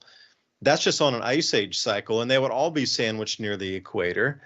And our world population currently, without all the mechanization and fertilizer and all these things that bring us abundant food, would definitely shrink to under 500 million. If it were a full-blown glaciation, we would be squeezed along the equatorial bands. So you're talking about a world that's going to continue to not be able to reliably grow food. They're even tinkering now with aluminum-resistant seeds because whatever causation they think that so much aluminum's deposited on our soils now that they need to genetically modify wheat to be able to withstand enhanced aluminum concentrations in the soils. I mean, we've jumped the shark on a lot of things here. Now they're trying to get resistance, cold resistance, also moisture and cold resistance, wheat strains. Like, that's a dry crop. Why are we trying to suddenly prepare for a wet and colder environment, genetically modifying our existing crops that are already genetically modified? They're trying to tweak them again to survive some sort of extremophile profile. So somebody knows this is changing. And whoever's in charge of this has been captain of the ship here. This thing is going to be, shipped to somewhere colder. And we're going to have to revalue everything. And Ransom, I know you wanted to chat about some of this, so I'll leave it there. But yeah, we're definitely facing some significant global challenges right now. And you can see why everything is changing so dramatically all at the exact same time, because we are now at that point of no return, in my personal opinion. But all the study I've done for that last decade plus, so I really believe we are at this time now. But again, I said that during COVID when it started also because of the lockdowns. But I digress. I was thinking that one of the things that they may be planning for is a magnetic field collapse, because we know, our poles have been shifting at an exponential rate. And I was reading a paper the other day that talked about kind of at the end of that cycle, when the field collapsed, it would get exponentially faster until it happens. So like when the poles arrange to where they're going to be before this, and a lot of people get this confused. They think there's a whole planet flipping. It's not that. It's a magnetic pole flip, and it's only like temporary. It goes back. But the paper that I was reading was basically saying that the magnetic field would get faster and faster, collapsing, which would mean on Earth a period of mass die-off and hard times farming, because you need the magnetic field to protect your crops mainly. So that would be a major issue. But I wanted to go back to something that Nyquist said that kind of clicked in my brain, because, I don't really see these parties, the left and the right, really working against each other so much, and more working together on long-term plans. So for decades, we've been allowing people to move up into the United States. And in doing so, you've changed the demographics, and you've changed what it means to be tribal. Like me, myself, my wife is from Mexico City. Our children have, they're a mix of two cultures, two peoples, or really more if you break it down. But there's a problem in Europe that we won't necessarily have here. In Europe, most of the people that move there have a culture clash with the cultures that are there. So there's going to be a lot of pocketed tribalism there. And the fact that one group is populating faster than the other group may change the demographics in the short term. But in the U.S. and North American realm, our cultures have kind of mixed. And the fact that most South American people are Catholic or Christian of some kind, despite the language difference, which is shrinking by the day. Like I'm pretty good at understanding Spanish. My wife is bilingual. Our kids are becoming bilingual. My friends are bilingual. So this tribalism will be a little different than people are expecting. And it seems like this whole MAGA, let's deport people. I don't see mathematically how there could ever be mass deportation in the first place. They might be able to get main characters out, like the people that Jeff was talking about, are these multinational gangs that have ties to different intel groups around the world. If you could get those all locked up, and then I expect actually Trump to do something that everybody will appear to be mad about, but not really. And it'll be something similar to what Reagan did, because they know that we need the populace to rebuild a reindustrialization. And that's another point that he was making out. We're in a bad spot as far as industry. We don't make nothing really other than weapons and trash. So we have to get back to that place where we're making vehicles and we're making infrastructure for ourselves. But I expect a mass, allowing of people to stay where they're at. And not only that, a bigger trade than we've ever had before. And let's not forget that, basically some of the trade deals right now and this tariffs are seem to be aimed to rebuild the NAFTA, the North American Free Trade Agreement, in a new way. But it's literally the same thing. And when you have this militarized zone on the southern border, you kind of see that they're planning for things in the near future, which I would think would be similar to the Middle East. Matter of fact, if you looked over there, we just blew up a giant water filtration plant, which is very similar to what we did to Iraq for 10 years or 8 years, really, under Bill Clinton, right? Bill Clinton was in the news for all kinds of stuff. And people forget that between George Bush and George Bush, we steadily bombed that area because both groups had the same goal, which was to destabilize the entire Middle East and seemingly move those people north. And we saw that. We see this plan, it seeming seemingly people on opposite ends of the political spectrum in the long term work for the same goal. And I think we're going to see an amnesty of a lot of people once they've handpicked basically the people that were more risk to be assets within the mainland United States, which would be MS-13, Tren de Agua. And right now in Mexico, there's a realignment of the cartel structure. So in the end, there's only going to be a few players versus maybe like 10 cartels. There's going to be 2 cartels, and one of them will be assets of the United States. The other one undoubtedly will be assets of foreign parties. And that'll have to come to a fruition as part of a world war. I mean, I see this America's being finally susceptible to being in a combat theater. And, you know, let me remind you guys of the Trilateral Commission. You remember? It was going to segment the world into these 3 parts. That's literally what we're seeing right now coming to fruition. And if there is some kind of food emergency worldwide, you're going to see them, shrink up, stop trade. And before they have to do that, they have to control areas exactly like he was talking about. They have to have land grabs. We have to work our way in position, especially in the canals and the trade routes. So you see in the Middle East, kind of a new organization. So I see the main issue being right around the Black Sea in Turkey. Otherwise, Russia won't have a foothold on the Mediterranean. And if we could, close that gap sort of with our partners over in the Middle East, then we'll control that little the trade route between the Middle East and Europe. And we know that Europe is changing demographics very, very fast, especially with the new additions to the areas. They have more children. So in 20 years, they will outpopulate the native people of each of those countries. And over here, we won't have that same problem, like I said, because when it comes down to it, it's a bilingual Christian-based nation, or at least on the surface. And I don't see it that hard for the United States to come to term to finally utilize allies to the south. We've kind of exploited them in the past. And I see this whole realignment happening because we have to control these major grow zones. And if indeed it's going to get colder, then you can just draw that line down where it's going to be almost uninhabitable for certain people in northern countries in the Western alliance of stuff.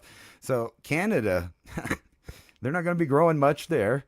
In the upper top of the 48s, they're going to have constant blizzards, constant flooding. And we've kind of seen this, and it seems like they're kind of preparing people, especially with that last hurricane, to realize that, if you don't start growing, and it kind of goes back to what he was saying in Germany about them growing their own food within their own country.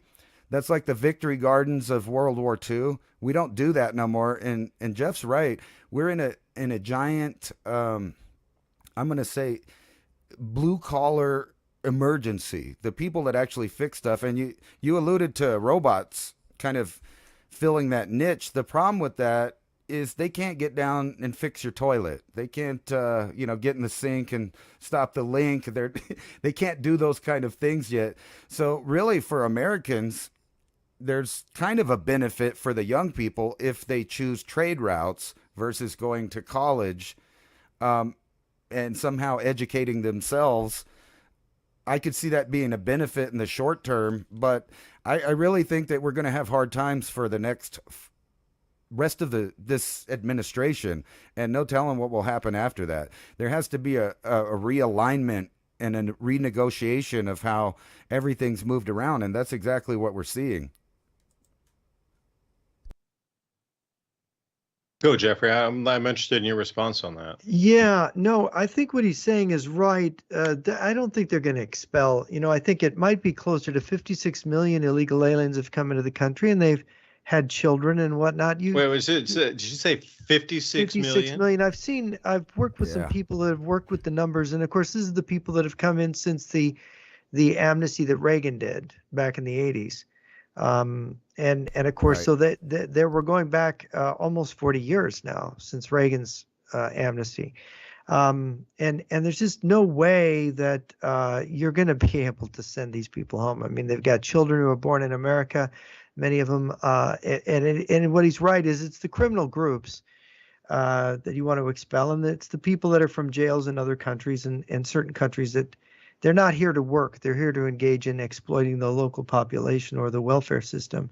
But it's just impossible to send that many people back. There's just no way. You don't have the manpower to do it. You don't have the organization to do it. And the other thing is we have an increasing deficit of people who know what they're doing in society. And what he said something else important. World War, America will be a combat theater. This is what Mr. Wang of Luda Media, he's a Chinese defector. I've done a number of interviews with him, and he's told me this, that now he worked in the communications headquarters of the People's Liberation Army years ago. He's got contacts there. He says they want World War III to be fought in the United States, in North America. They want it here. And I think, Colonel Stanislav Lunev told me that quite often, that the model for invading and destroying the United States was the 1940 German invasion of Norway. It was an infiltration invasion. They infiltrate the country through commercial activity. They have weapons and uniforms stashed in the country. In the case of the Brandenburg Regiment, for example, they infiltrated as tourists through Sweden into Norway. They got their uniforms, they got their guns, they grabbed airfields and port facilities, opened the country up for invasion. And here the Germans, who had a smaller navy than the British, able to sail right past the British navy with these merchant ships and just offload their heavy equipment in the Norwegian ports. They just took the whole country in a kind of blitzkrieg. This is what the Russians and Chinese admire so much. The Russians want Alaska and large parts of Canada. The Chinese want the lower 48. And Mr. Wang has had lots of information. The order, there's a standing order in the People's Liberation Army to put 250,000 People's Liberation Army troops in the United States. Now, how many are in there now? He doesn't know the number, but that's the order. That's how many they want to infiltrate here, and how many in Mexico, how many in Canada, how many in the other Latin American countries. And the thing is that all the countries of the Americas are in the crosshairs of the Chinese. They are ravenous in terms of the land they want and the people they're willing to exterminate for that land. And the other thing is in terms of the United States, I hate to say this about the people born here, people who are of European heritage here, a lot of them, they've lost their work ethic. They don't want to do hard jobs. There's people in my generation that are still doing their hard jobs. We were taught you work hard and so on. And these punishing construction jobs, these guys all have back surgeries. They've all been through the ringer. I went to a funeral of a friend and I sat next to a guy. He was 1 year younger than me and he was held together by pins. The guy had been in construction his whole life. He's a foreman. He says, well, there's only two of us white guys on the crew. We're the foreman, and all the rest of the guys, they're like from Central America, Mexico. And I'd heard this from contractors years ago. What happens when these older white guys, all these strong young white guys, they don't want to work hard. And it's just a fact. And so the truth is we need hardworking people from Central America, from Mexico and so on to do these jobs, because guess what? We've got a spoiled indigenous population. They grew up having everything and they don't want to work hard. They never learned that habit. So that's another, and the people who run businesses and industries, they know it. They can't find labor, and so many of these people in our society are using drugs. And I worked in security and government in California years ago, and I heard it was they couldn't get enough people to pass drug tests. The businesses were hungry for people, they couldn't find them. So one of the things about illegal alien thing is it's feeding a need to keep America working. And we have to face up to this fact. We have, I guess you could say, a sociological problem with people being too soft and too spoiled. And I think it's probably true in Europe as well. So, but yes, I think that the World War will start, and they will be targeting the United States. Might not be the best place to be when this war starts. Hey, Jeffrey, what about Taiwan then? You're kind of over in that neck of the woods there. Give me a small Taiwan analysis, because I know a lot of people are going to be asking the same thing. I mean, are they roll over Taiwan and grab it at the same time to get to the second island, ring out there, or like a Tinian or something, or how's that working? Well, but Mr. Wang has told me, and I've studied, a lot of the journalists and people that do things, they don't study military history. They don't know operational art of war. I've taken the trouble to do that. So it never made sense. Invading Taiwan doesn't make sense if you've studied it. It would be the biggest amphibious invasion in history, and the Chinese have never even done one, an opposed amphibious invasion. We worked our way up to Normandy, doing, first we did North Africa in late November 42, then we did Sicily in July 43, and then we did Anzio and so on, and then we worked our way all the way up to Anzio and Salerno, and then we worked our way up to Normandy. But there's no institutional experience of China. They want to occupy the second and third island chain. They want to get rid of the United States Navy. And if they can force Japan to surrender by naval, Japan is very vulnerable to blockade. They will be able to blockade and force Taiwan to surrender. And so I think that's the route they're going to take. And right now they're trying to convince the Japanese that the Americans are not reliable partners. The Americans are not good allies. Why don't you sign on with us? That's really what they're trying to do right now. You've seen a bunch of Chinese diplomacy in that direction. And I'm very worried because, it's Trump's idea of tariffing everybody, and they put tariffs on Japan. I mean, the tariffs that he's put on are they're hard on everybody. It's incredible. I mean, the world economy has suffered a massive blow yesterday when those tariffs began. But then you have the hard part of all the Japanese history from World War II. Hell, Chinese are still angry about the Opium War in Hong Kong in the 1850s.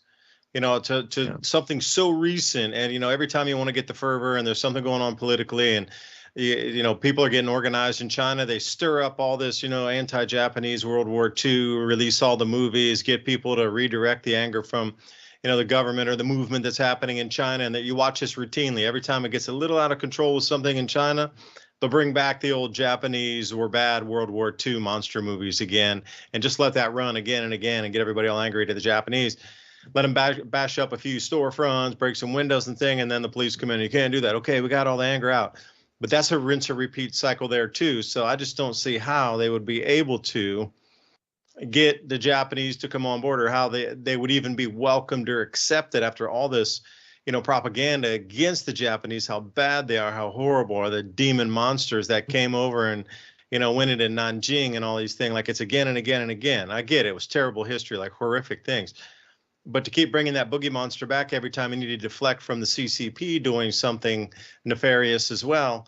I just don't see how those two worlds combine anywhere in the future. Japan will be a persona non grata in terms of the eyes of the Chinese, just the average person on the street.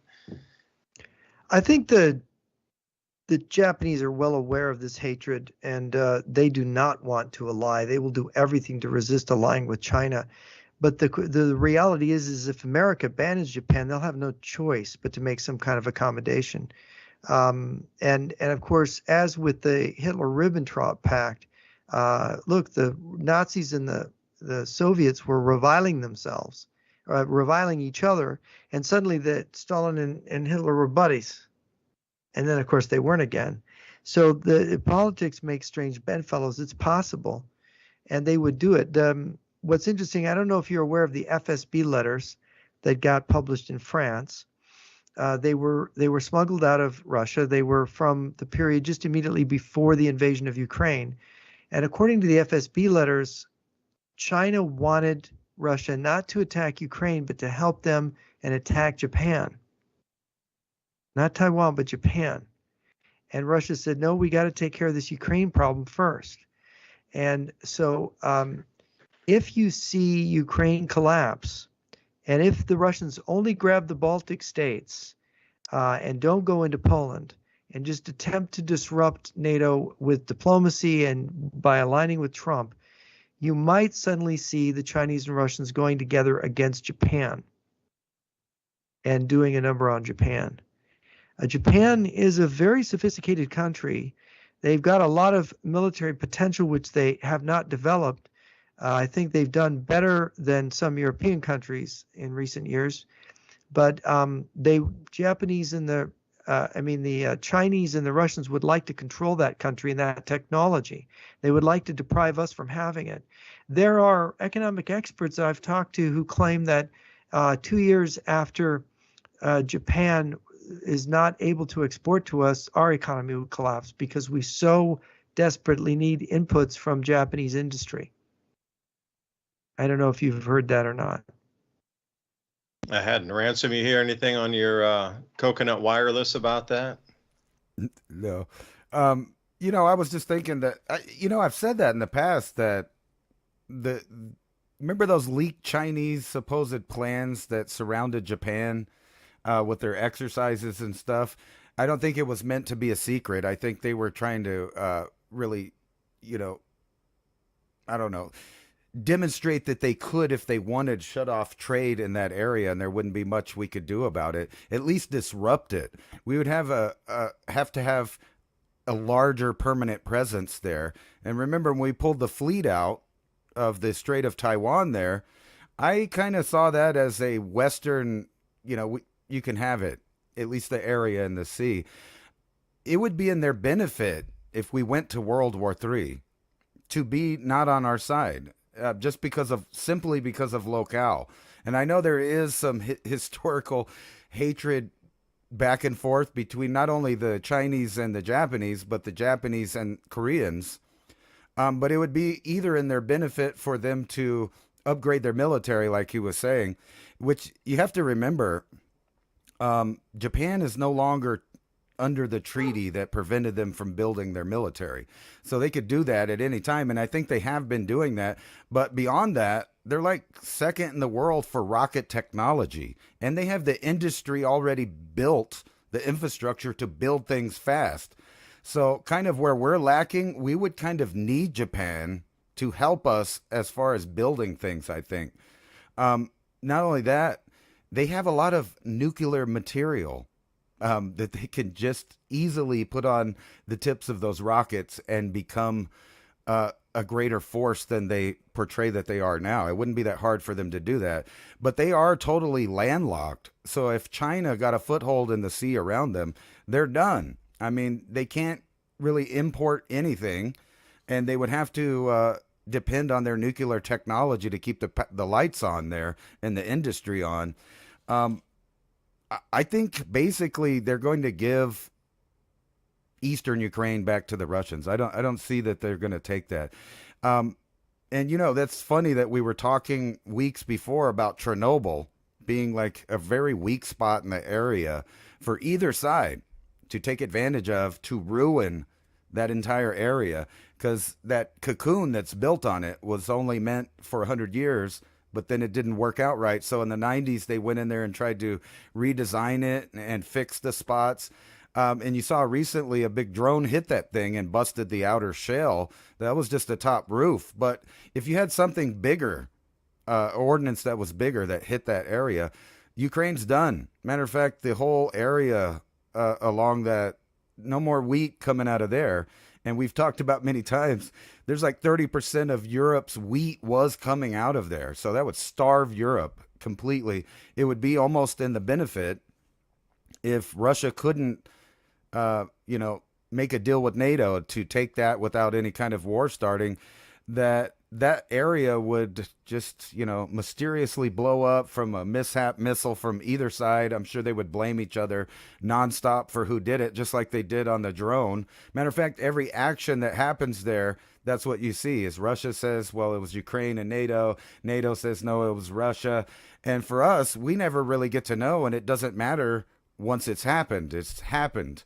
So if you can imagine that whole grow zone just being taken out of play, then they're going to have to start moving on new areas, because they have to control not only the energy transportation, but the food transportation. And that's one thing that stuck out about World War II to me, is massive amount of people that starved versus actually just died from combat. There was a lot of people that were just starving because there was no food, and military came first when there was food. If we get anything like that situation, Europe's crippled. So they would have to have us. In other words, if they didn't have us, they fail. And they already have internal problems that they've shipped in on their own, which may or may not go with one side. I mean, think about it. We're not very popular in the Middle East at all. So it'd be very easy for their populations to side with Russian or Chinese in any kind of world conflict. And that leaves just Israel as one little satellite there that's supposed to be on our side, which would put them in the same predicament as Japan or Taiwan, where they could possibly be isolated and taken out of the equation. Yeah, taking Chernobyl, if you imagine if it damaged Chernobyl and took that growing area offline, the price of wheat would probably go to a 5x at the minimum, and any country producing wheat would be like literally in the driver's seat commanding and telling and dictating who gets food and who doesn't, because it would be that much of a devastating event and take that much off of world exports. Yeah, the Chinese, when that largest nuclear power plant in Europe near Zaporozhye was captured by the Russians, and they were playing games with it, claiming that the Ukrainians were threatening to blow it up, and people thought that the Russians were going to sabotage it to damage Ukraine. The Chinese very strongly warned the Russians, do not allow any harm to come to that plant, because they knew that would be worse than Chernobyl if that plant went up. And of course, that is, Ukraine is a breadbasket. It's a huge growing area, and the Chinese, of course, are thinking of themselves, let alone all those countries in the Middle East that depend on that immediately. But yes, the price of grain is a factor. As far as the war in Ukraine, I don't know if you've seen Wheelbarger's information, but it does look like, to me, Russia is not interested in peace. And they're fully mobilized. By the way, Russia just the day before yesterday called up an additional 160,000 men. They're importing people from Africa and South America in these camps around Minsk, training them. And they had a 1.3 million call up here, 4 months ago. And so they're talking about the Russians are in the process of raising 2 million troops. And they have the industrial and training wherewithal. They've put it together. They've spent this war sort of throwing meat into the meat grinder. But the people don't understand the military potential of Russia, fully mobilized. They could mobilize, 7-8 million men if they wanted to sacrifice their domestic economy. And so it looks to me like they're going to war for all of Europe. And I don't know if you saw Alexander Dugin's recent postings on Facebook, but he said, we're going to own Europe from Lisbon to Vladivostok. We're going to own the whole thing. And this is what former President Medvedev has said, the deputy head of the Security Council of the Russian Federation, former prime minister. And of course, we've heard similar things from other Russian politicians. No, they mean business. They're serious. And instead of preparing for war, Poland, Sweden, Finland, those countries have prepared. Poland went from 3 divisions to 5, but 5 Polish divisions cannot stop, 30 to 40 Russian and Belarusian divisions pouring across their borders. There's no way. The degree to which they're outnumbered, the degree of the preparations of Russia, we're looking at it. If Wheelbarger's information is correct, and I'm beginning to think it is, we're looking at Russia overrunning Europe. And of course, what happens to Japan? I think Japan sees the writing on the wall too, and that means America alone. Now, there's a claim that there's some kind of agreement where Russia gets what it wants in Europe, China gets what it wants in the Pacific, and the U.S. gets the Western Hemisphere. Well, the United States is not going to invade all the countries in the Western Hemisphere to get them. I don't think so, even though they're threatening Greenland and Canada right now. And those threats to Canada are serious, by the way. It's very, very bizarre. We've never seen anything like this. The Canadian, ever been to a hockey game with the Canadians lately? The way they react to us, to the American team? Ow. And Putin, if you're going to invade to Lisbon, please leave the wine and the olive oil warehouses alone. We need that. Anyway, thanks for joining us tonight. We're going to sign off. Please consider Revolution Radio a donation, because now they got all these enterprise teams that they need to have the software for to run and keep the station on air. See you next week. Ransom, take us out. Thank you, Jeffrey Nyquist, for joining us tonight. Jeffrey or jrnyquist.blog for more information.